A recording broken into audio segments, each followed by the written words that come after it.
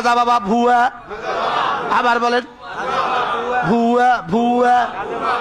একবার কয় খাজা আজমিরে, আবার এখানে কয় বাবা খাজা বাবা, ওই খাজা আজমিরে না কস, এখানে আবার আইলো কেমনে?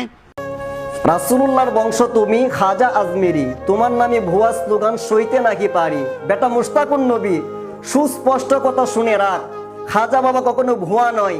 খাজা বাবা যদি ভুয়া হয় তাহলে ভারতীয় উপমহাদেশের সমস্ত ইসলামটাই ভুয়া হয়ে যাবে। খাজা বাবাদের মতো ওলি আল্লাহদের কারণেই ভারতীয় উপমহাদেশে ইসলামের আগমন হয়েছে, ইসলামের প্রচার হয়েছে, ইসলামের প্রসার হয়েছে। খাজা বাবার মতো ওলি আল্লাহরা যদি পৃথিবীর জমিনে আগমন না করত, ভারতীয় উপমহাদেশে আগমন না করত, তাহলে তোর মা থাকতো হিন্দু, তোর বাবা থাকতো হিন্দু, তোর জন্ম হইতো হিন্দুর ঘরে। এই খাজা বাবার মতো ওলি আল্লাহদের কারণে তোর মতো মানুষের মাথার মধ্যে টুপির ব্যবস্থা হয়েছে, গালের মধ্যে দাড়ির ব্যবস্থা হয়েছে, পরনের মধ্যে জুব্বার ব্যবস্থা হয়েছে, মাহফিলের মধ্যে হাদিয়ার ব্যবস্থা হয়েছে, মাল কামানোর ব্যবস্থা হয়েছে। খাজা বাবার মতো ওলি আল্লাহদের কারণে আজকে তুমি পেট বাড়াইতে পারছো, গলা মোটা করতে পারছো। খাজা বাবার মতো ওলি আল্লাহরা ভারতীয় উপমহাদেশে আগমন না করলে ইসলাম পাইতা না, কোরআন পাইতা না, জায়নামাজ পাইতা না, মসজিদ পাইতা না। তোমার মতো বক্তা আজকে মসজিদের মধ্যে বসে বক্তব্য দিতে পারতা না, মন্দিরের মধ্যে বসে বসে বক্তব্য দেওয়া লাগতো। সুস্পষ্ট কথা শুনে রাখো, খাজা বাবা কখনো ভুয়া নয়। খাজা বাবা যদি ভুয়া হইতো তাহলে 800 বছর পরেও বিশ্বের মুসলমানেরা খাজা বাবার নাম মনে রাখতো না, খাজা বাবার মহব্বত অন্তরের ভিতরে রাখতো না, খাজা বাবার নামে হাজার হাজার প্রতিষ্ঠান কায়েম করতো না, হাজার হাজার অটো সিএনজি বাসের নামে খাজা বাবার নাম সিল মেরে দিত না। মহান আল্লাহ পাক রব্বুল আলামিন আল্লাহর ওলিদের মহব্বত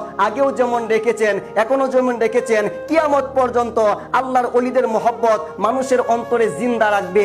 হযরত শাহজালাল রহমাতুল্লাহি আলাইহি ওনার বিরুদ্ধে গৌর গোবিন্দ বিরোধিতা করেছিল, কিন্তু তার আজকে কোনো অস্তিত্ব নাই। খাজা মাইনুদ্দিন চিশতির বিরুদ্ধে পীরতিরাজ বিরোধিতা করেছিল, তার কোনো অস্তিত্ব নাই। মুজাদ্দেদ আল ফেসানির বিরুদ্ধে সম্রাট আকবর বিরোধিতা করেছিল, সম্রাট আকবরের কোনো অস্তিত্ব নাই। তোমার মতো 2 পয়সার মোল্লাও 2 দিন পরে কোনো অস্তিত্ব থাকবে না। তোমার মতো মোল্লা মারা গেলে 100 বছর পরে দুনিয়ার মানুষেরা তোমার মতো মোল্লাকে আর মনে রাখবে না। তোমার কবরে একটা কুত্তাও গিয়ে জিয়ারত করবে না, সেখানে গিয়ে কেউ দোয়া করবে না। কিন্তু তুমি একটু তাকিয়ে দেখো, খাজা বাবা মাইনুদ্দিন চিশতির মতো ওলি আল্লাহদের মাজার একটা সেকেন্ডের জন্য খালি থাকে না, সেখানে জিয়ারত বন্ধ থাকে না, সেখানে চোখের পানি বন্ধ থাকে না। সমস্ত বিশ্বের মুসলমানেরা খাজা বাবার মতো ওলি আল্লাহদেরকে মনে রেখেছে। তো বাংলাদেশের আহলুস সুন্নাত ওয়াল জামাতকে আমি করজোরে আহ্বান করব, এই বিয়াদব বক্তার বিরুদ্ধে আগামীকালকে বাংলাদেশের প্রত্যেকটা থানা থেকে কমপক্ষে একটা করে আপনারা মামলা দেওয়ার চেষ্টা করবেন। প্রশাসনকে আমরা আহ্বান করব,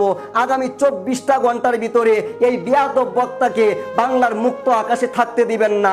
14 শিখ কারাগারে ঢুকিয়ে দেওয়ার ব্যবস্থা করবেন। বলৎকার করতে ভালো লাগে, মসজিদের মধ্যে হিল্লা বিভাগের নাম দিয়ে সেক্স করতে ভালো লাগে, মন্দিরের মধ্যে তারা পাহারা দিতে ভালো লাগে, কিন্তু খাজা বাবাকে ভালোবাসতে তাদের ভালো লাগে না।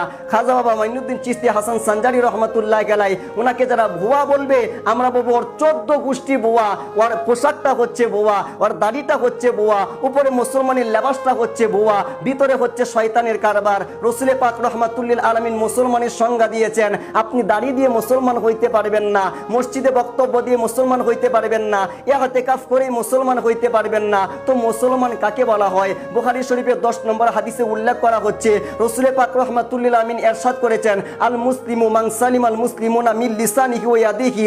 রাসূল পাক বলেন, ওই ব্যক্তি হচ্ছে প্রকৃত মুসলমান যেই ব্যক্তির জবান থেকে বিশ্বের মুসলমানেরা নিরাপদ, যেই ব্যক্তির জবান থেকে অন্য মুসলমানেরা নিরাপদ। আপনি একটু তাকিয়ে দেখবেন, মুশতাকুন নবীর জবান থেকে বিশ্বের মানুষেরা রমজান মাসে নিরাপদ থাকবে দূরের কথা, খাজা বাবা মাইনুদ্দিন চিশতির মতো একজন ওলি আল্লাহ এই বক্তার জবান থেকে নিরাপদ নয়। তো খাজা বাবা মাইনুদ্দিন চিশতির মতো ওলি আল্লাহরা এই রমজান মাসে যেই বক্তার জবান থেকে নিরাপদ নয়, আপনি তার টুপি দিয়ে তাকে মুসলমান বলতে পারবেন না, তার ইতিকাফ দিয়ে আপনি মুসলমান বলতে পারবেন না।